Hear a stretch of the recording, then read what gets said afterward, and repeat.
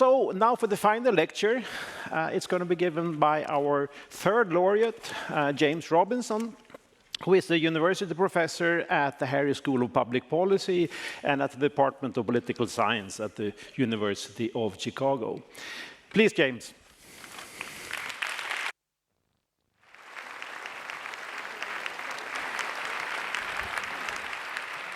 Okay. Great. Thank you very much. Thanks very much. Thank you. I was going to say thank you for inviting me, but I'm not quite not quite sure that's appropriate.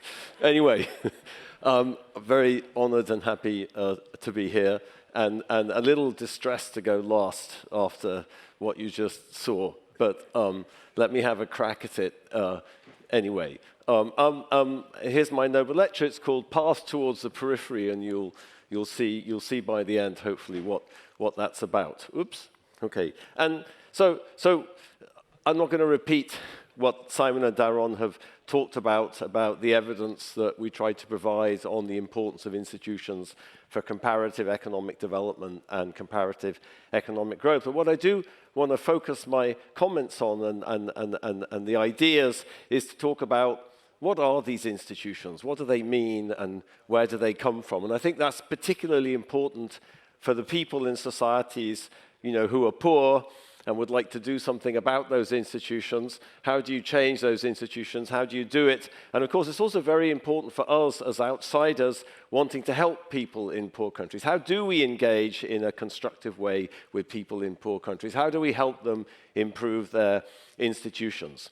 And I think, as Simon and Daron both mentioned, we measured institutions in different ways in different pieces of our research, and I'm just going to focus on one of those measures of institutional quality and sort of put pressure on what it means, okay? And this is actually a figure that you've already seen today, which is the relationship between the rule of law and income per capita. So what the evidence suggests, what the evidence we provided suggests, is that countries with a much better rule of law do better economically than countries without the rule of law, okay? So I think we all have a kind of intuitive feeling of what the rule of law, intuitive understanding of what the rule of law is. But what I want to start by saying is, actually, in my personal experience, there's different ways in which the rule of law can fail. And there's different reasons why the rule of law fails. And that turns out to be very important, okay? And let me give you two examples of that. I could do this with property rights, I could do it with other measures of economic institutions, but let me just focus on one to be concrete, okay? So that's the argument. All right, so let me give you, here's my first example, which comes from China, or you could say classical Chinese philosophy. Here's an aphorism from Confucius's Analects, okay, which is relevant for thinking about why the rule of law fails. The Duke of Shi said to Confucius, "Among my people there is one called Upright Gong.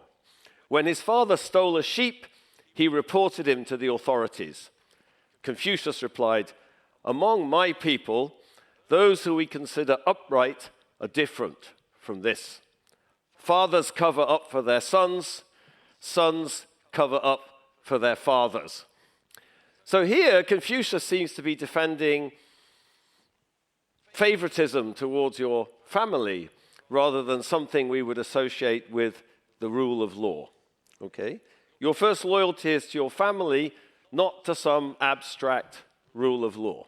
So here's a failure of the rule of law, and I'm going to argue that conceptually, this is extremely different from another example, which I take from Colombia. So on the right, the map of Colombia, there's a black line around, whoops, that didn't work, okay.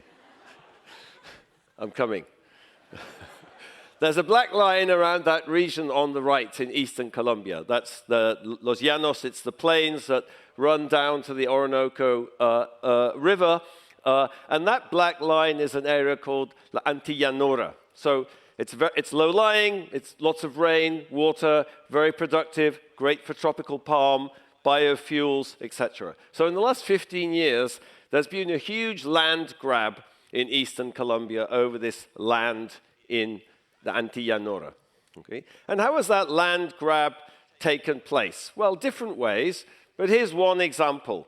A law firm called Brigada Norrutia basically facilitated the expropriation of the land, violating many laws in Colombia which govern the allocation of frontier land by creating shell companies. So Rio Paila Castilla, that's a very big Colombian firm. They make sugar. They created lots of shell companies with the help of this law firm to game the laws in order to acquire enormous amounts of land in the Antillanora. So Rio Paila Castilla ended up with 42,000 hectares of land in a part of Colombia where land is supposed to be available for poor people, basically, to become farmers to distribute in the frontier. So one of the lawyers, this became a scandal in Colombia, and one of the lawyers appeared on the most popular radio station in Colombia in the morning and was asked by a journalist, do you have to stretch the law? Do you have to stretch the law, so you could keep the land?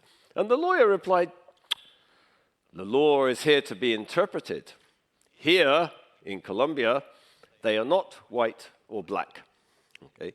So this seems to be a violation of the rule of law, and I'm going to argue there's something very different conceptually from my story about Confucius, and there's a general lesson there about the nature of poor, you could say, or institutions that don't promote economic development.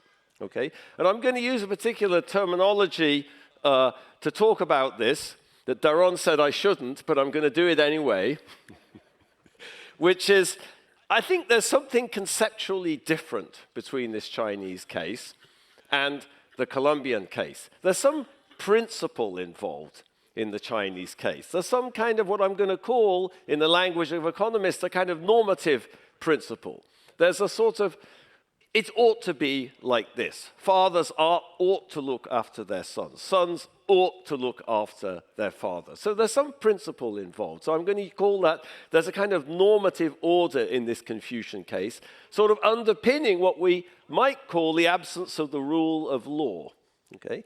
But no principle like that seems to be involved in the Colombian case. In the Colombian case, it just seems to be naked self-interest, basically. If I can get away with it, let's grab the land. If I can't get away with it, okay, fine. There's no principle involved. It's just naked self-interest. Okay? I want to ask the question, since I spend a lot of time in Colombia, since my wife is Colombian, is there a normative order in Colombia? I just argued that it's very hard to sort of think about that example as something as being justified by any principles. And I think the answer is yes, there is, but the equilibrium in society mostly is not consistent with that order. Meaning an order exists, but people are playing a different equilibrium. I illustrate that just with a bit of research that I've done recently about social norms in Colombia.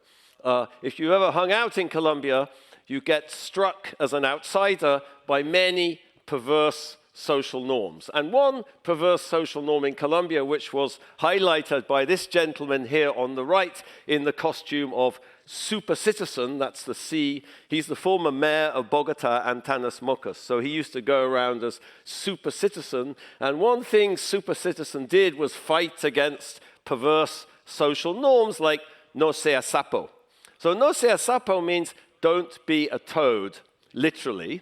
And it's used to correct people who try to stop bad behavior. So let's say I see someone cutting a red light or stealing something or behaving in a socially inappropriate way. I could say, hey, stop doing that. Don't do that. You shouldn't do that. What would happen if I did that? They'd turn around and call me sapo. Don't be a sapo. You're being a sapo. Mind your own business, none of your business, okay? So Antanas Mocus had a campaign against, said, let's be sapos. It's good to be sapos. It's good to correct socially inappropriate behavior. So what we found in our research, this is research with Leopoldo Ferguson and Jose Alberto Guerra, two colleagues of mine in the University of the Andes in Bogota, what we found is that when you play a game, an experimental game, and you allow people to appeal to this sapo norm, the majority of Colombians believe that if you correct me, I'll call you a sapo. But what's striking is that a vast majority, 80% of people in our data, actually think that's socially inappropriate. They think it's going to happen, but they think it's bad that it happens. So there's a disjunction between the normative order, which is what you think is socially appropriate, and what actually happens, which is, yeah, sure, they'll call you a sapo if you tell on them. Okay, so yeah, there is a normative order in Colombia. It's just that the equilibrium is different.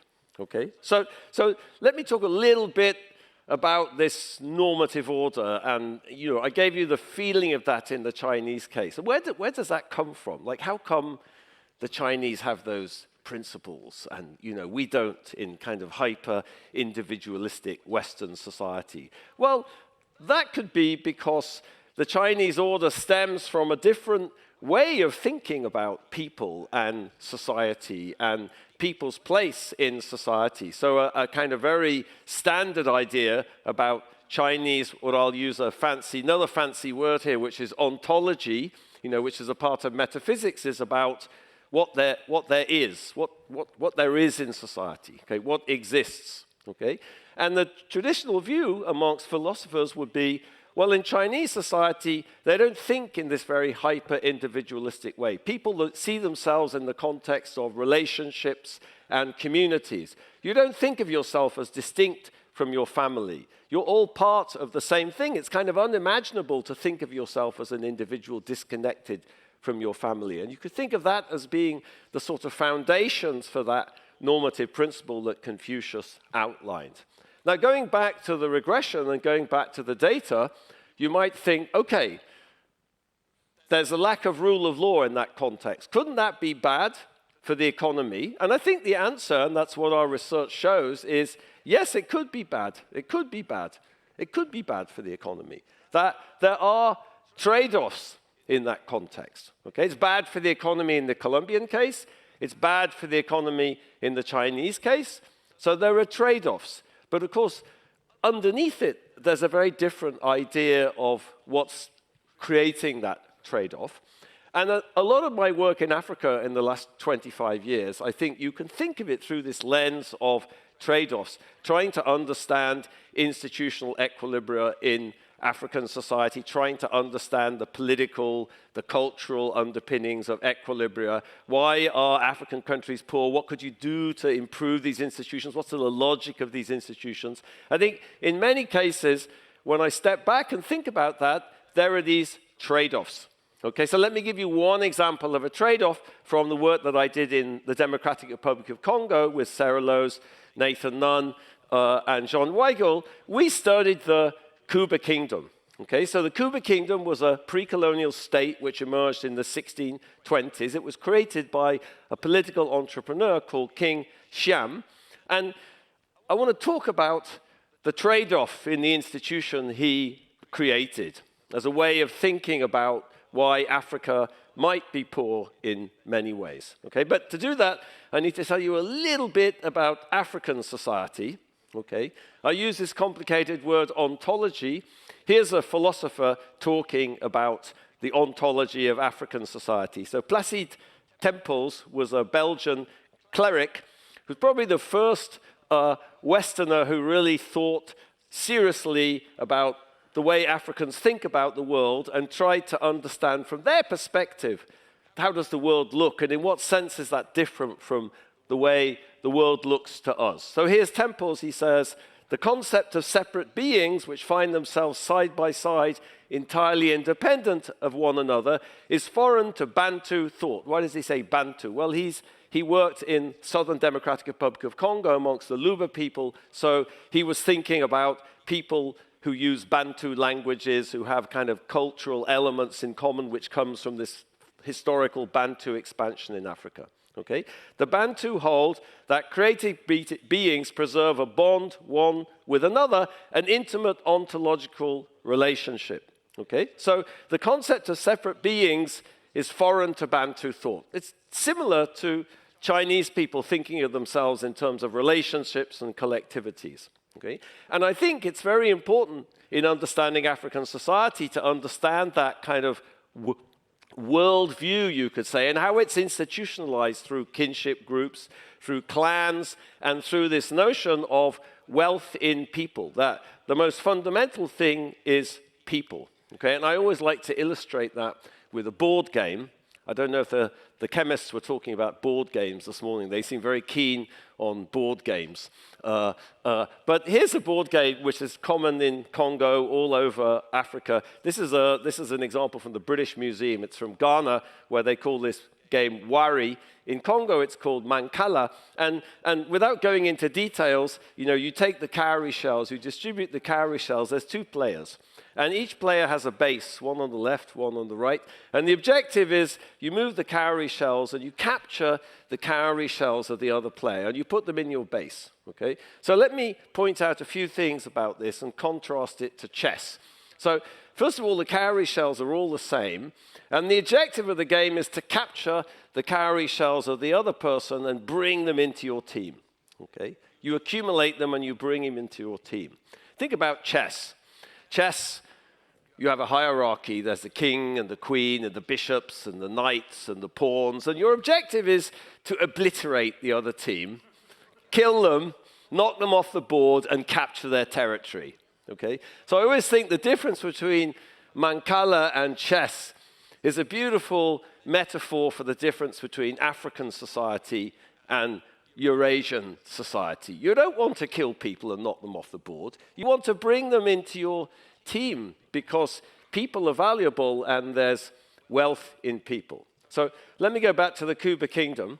Here's King Sham. This is a statue of King Sham. It's called an Ndop.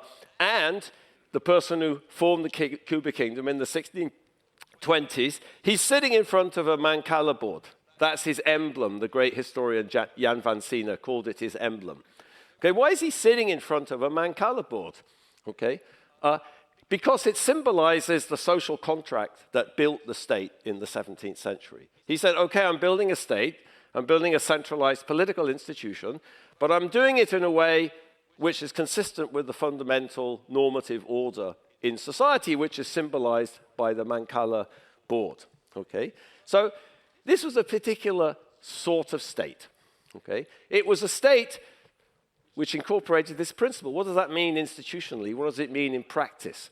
It means that kinship groups and clans were merged with the state. That's what anthropologists call a segmentary state. Okay? In Western society, following the tradition of Max Weber, we think that when you build a state, you get rid of the kinship. You get rid of family. No, you don't. You merge it all together. Okay? So did that cause trade-offs? Sure. Political science is full of discussions of trade-offs. I want to talk about a particular trade-off that we discovered in our work in Congo, which is related to the rule of law. So when King Sham did this, it was a very ambivalent event. Okay? And the ambivalence of this is actually recorded in the oral history. So in the oral history of the formation of the Kuba kingdom, King Sham, first of all, has to make himself head of a clans. Okay? He was forming the clans into a state and merging them. He had to become head of a clan. How did he do that? Well, there was already a head of a clan. He had to kind of overtake this chap. How did he do that? Well, that person who was head of the clan had to anoint him. So he hid under a rubbish dump. The head of the clan walked past, saw the rubbish, he spat on the rubbish. King Sham was anointed. Then there was a competition. They all had to get a hammer. They were going to throw the hammers into this lake, and whoever's hammer floated was going to be the person who could bring the kingdom together. What did King Sham do? He cheated. He got some balsa wood, he put some foil on top. Everyone else had an iron hammer. They threw the hammers sunk, his floated. So the oral history records King Sham formed a kingdom, but he cheated. Now, that's very different from British political history. I don't know about Swedish political history. And it symbolizes the ambivalence that people felt towards this creation of this institution that could have threatened the fundamental normative order of society. And what we found in our research is that Cuba people are actually much less committed to abstract rule of law than other people, as a legacy, in my interpretation, as a legacy of this ambivalent creation of an institution. Okay, so there's a normative order there. The Cuba Kingdom might not be like modern Britain, but there's a logic to the way it was constructed which reflects the principles of African society. Okay? Now, that's not to say that African societies are trapped into poverty by their normative orders. In fact, the world changes, normative orders changes, and in fact, it's obvious, and this is some work that Daron and I have been doing for the last few years, that any society has multiple normative orders, even if one of them might be hegemonic at a particular time. There's different ways of thinking about the organization. There's different ways of rationalizing things. There's different arguments you can use, okay? And in fact, if you look at the emergence of economic growth, whether it be in Britain since 1688, after the Glorious Revolution, that we studied in our work on Atlantic trade with Simon, that we studied in our book, Why Nations Fail, you see a lot of what's going on there is actually a reorganization of the normative order. It's a kind of reorganization of the principles that justify particular institutions and particular ways of doing things. Okay? And what I'm going to show you is it's actually the case in Africa, successes in Africa, contemporary successes in Africa. Those too are based on reorganizing their normative orders. Okay? So let me tell you a little bit about the Glorious Revolution. Okay? So I've been telling this story a lot in the last couple of months, but the first day Daron and I met, which was probably about March 1992, I don't remember the exact date, and we didn't have mobile phones in those days, so I can't recover it.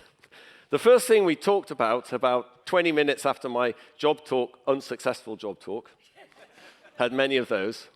The first thing we talked about 20 minutes after my unsuccessful job talk, was a paper by North and Weingast, Barry Weingast and Doug North, on the implications of the Glorious Revolution in 1688. We walked out of the old St. Clement's building at the London School of Economics, and he looked at me and he said, "Have you read this paper by North and Weingast?" And I had, it turned out.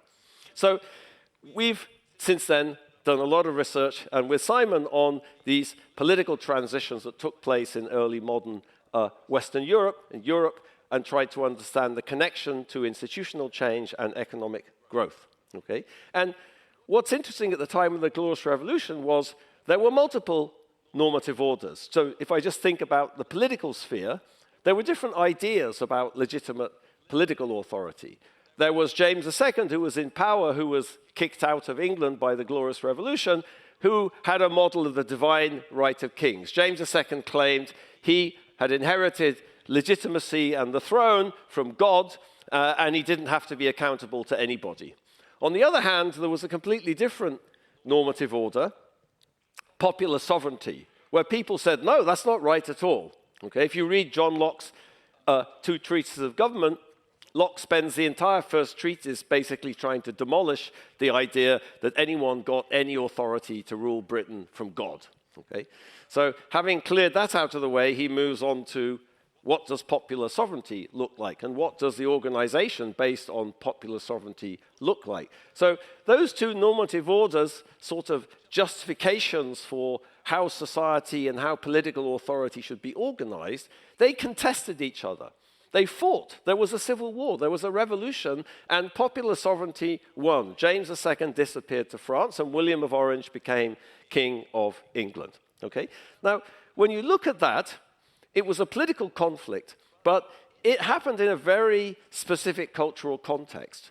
There was a reorganization of society. It was highly innovative, but it was justified as simply recreating the great myth of, British liberty or English liberty, okay? So the Bill of Rights, which was passed the year after the Glorious Revolution, states, whereas the late King James II did endeavor to subvert and extirpate the laws and liberties of this kingdom. Okay, so nothing original was happening, nothing innovative, just restoring the traditions of the British people. Okay, and what I want to emphasize about that is the way in which this conflict took part, using the sort of tools or the cultural tools that people had in Britain. The parts of the normative order. Sure, they reinvented it, but they had to justify it with the concepts at hand. I think you see that in lots of these instances. Even Confucius, for example, if you read Confucius, you read the Analects, you see that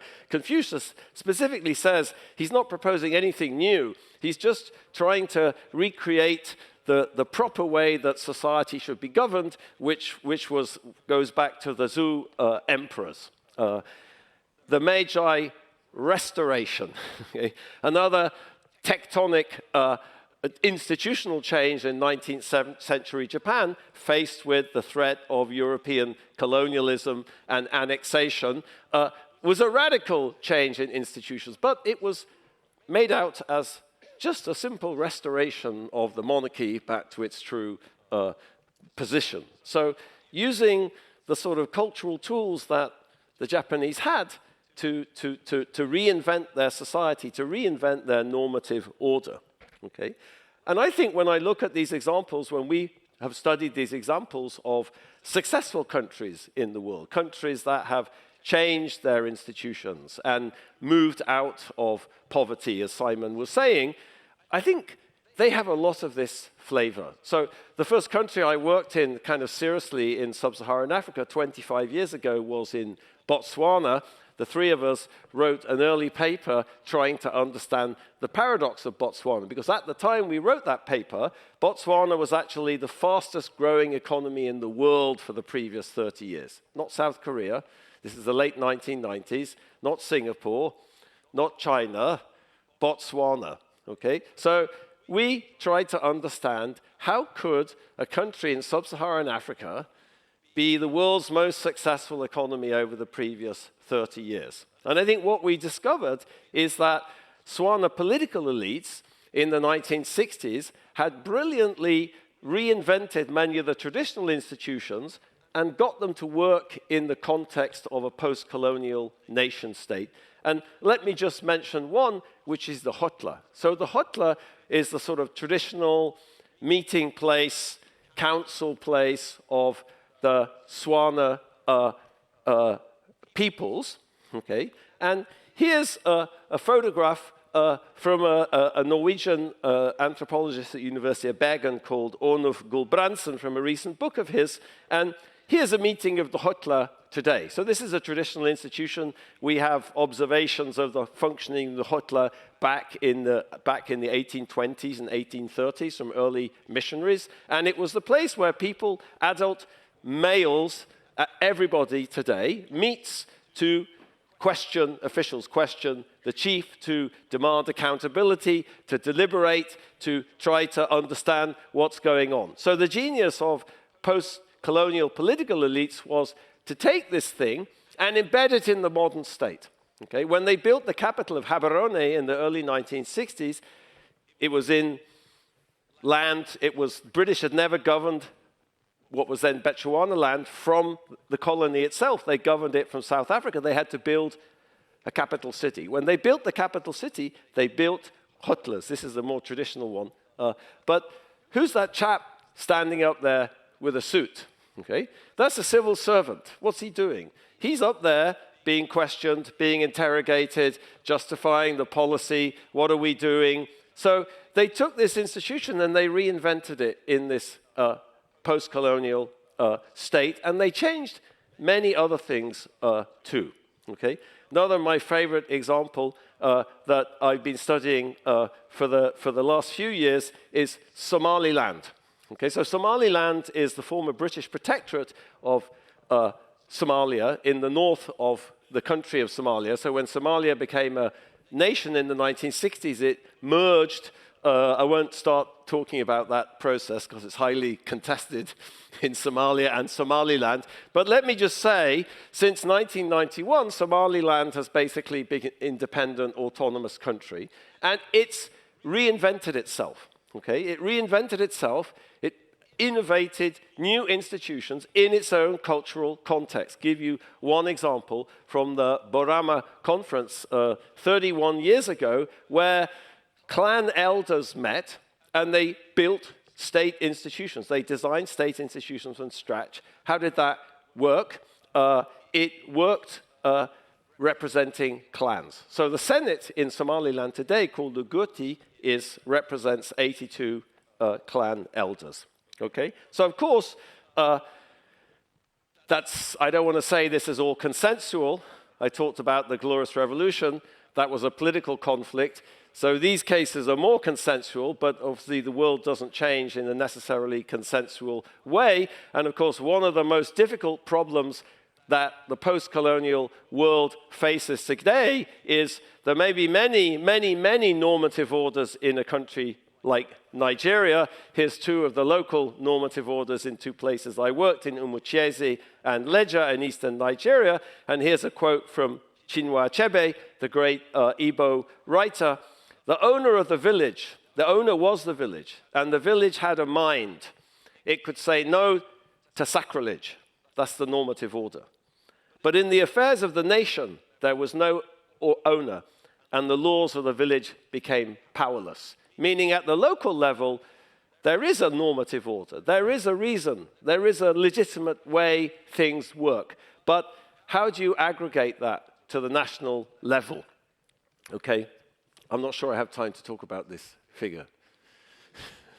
But let me just say, I started to motivate this by asking, how do poor countries with poor institutions, like the weak rule of law, poor property rights, different sorts of property rights, how do they improve those institutions? I think the main point I'm trying to get across here is we need to unpack the logic of those institutions. We need to understand how institutions fit into the local society, fit into people's understanding of the local society, fit into their ontologies, their worldviews. And I think that means the nature of the problem to improve institutions is very different. The nature of the problem to improve institutions in Colombia is very different from the nature of the problem in many parts of Africa, where there is a normative order in Somaliland, in Botswana, at a local level in Nigeria.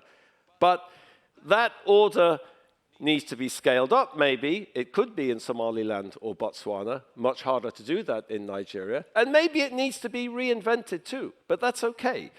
That just has to happen in a legitimate local context. And I note here, I didn't talk much about politics, but these are all very deeply political problems. And my last slide, I promise.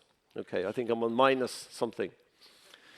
What is this talk? You know, path towards the periphery. I gave a practice talk to some PhD students at Chicago, and they said, "What is that about? Like, couldn't you get a better title than that? It's completely obscure." Okay, but there's a point to the title. Okay, and the point is, that's my own intellectual journey for the last 32 years.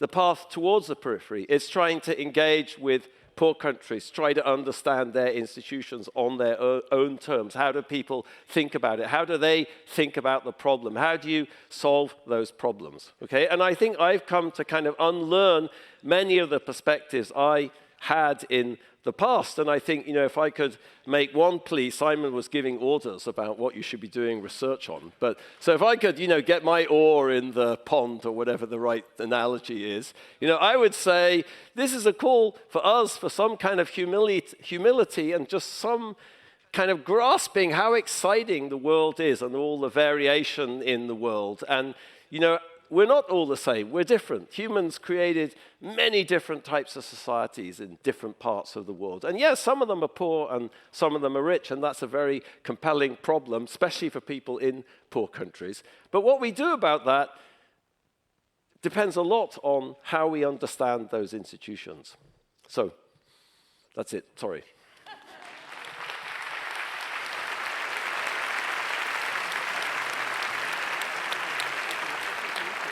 Oh. Thank you so much, Jim. And thanks to Daron and Simon. Please come up.